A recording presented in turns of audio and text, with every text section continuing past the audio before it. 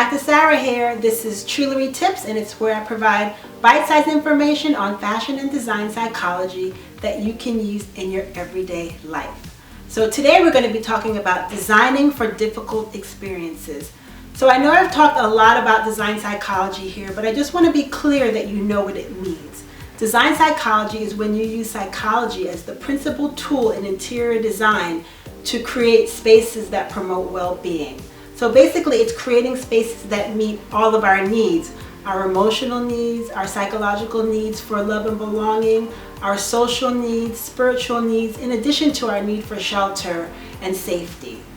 So as a design psychologist slash interior designer or stylist, it's our job to create high positive associations for people.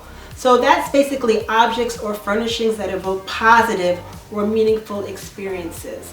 But of course, all of our experiences aren't positive, and sometimes we've had really bad experiences in the home or outside the home that result in trauma. So when this is the case, we turn to what is known as trauma-informed design. So that's when we create spaces that aren't just emotionally supportive, but spaces that promote healing and restoration. So I'm going to offer 3 ways that you can create a home that promotes healing and restoration.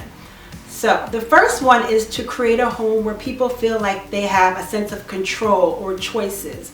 So that can be anywhere from including personalized furnishings to considering the freedom that they have. So freedom with regard to the level of engagement they have with the space. So like for instance, are they able to retreat to other areas if they need to? You want to consider privacy. I know in some modern homes, people choose not to have window treatments. But in these homes, you may want to consider putting some form of treatment so that the person feels like they have control over their level of privacy. This is really all about trying to create a sense of safety. And when people feel like they have choices, it's more opportunities to feel safe. So another thing you want to think about is community. You want to consider the way that people engage with their space. So you want to create a home that facilitates relationship building.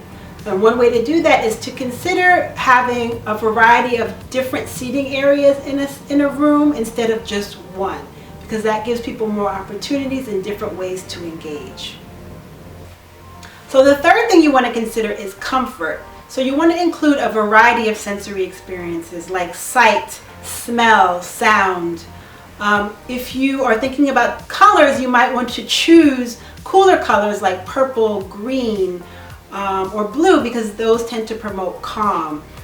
You want to definitely include elements of nature like sunlight and plants, because those are known to promote healing. You want to include artwork that promotes calm and joy. And of course, a lot of the things that I'm mentioning you would include in a home anyway, but I think when we're talking about trauma, those elements hold even more weight. Another thing is you want to be careful not to overstimulate. So it goes back to our idea of control. You want the people to have a sense of control over their sensory experiences. So that might include putting dimmers on lights. If they want to have a busy wallpaper, maybe you might include it in an area where they're not going to be in for a long period of time.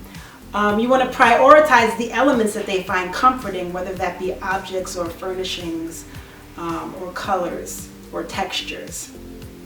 So try these three things and see if they work. And if you have any more ideas about creating a trauma-informed space or using trauma-informed design, I'd be happy to hear about it. You can send me an email at sarah@trulery.com.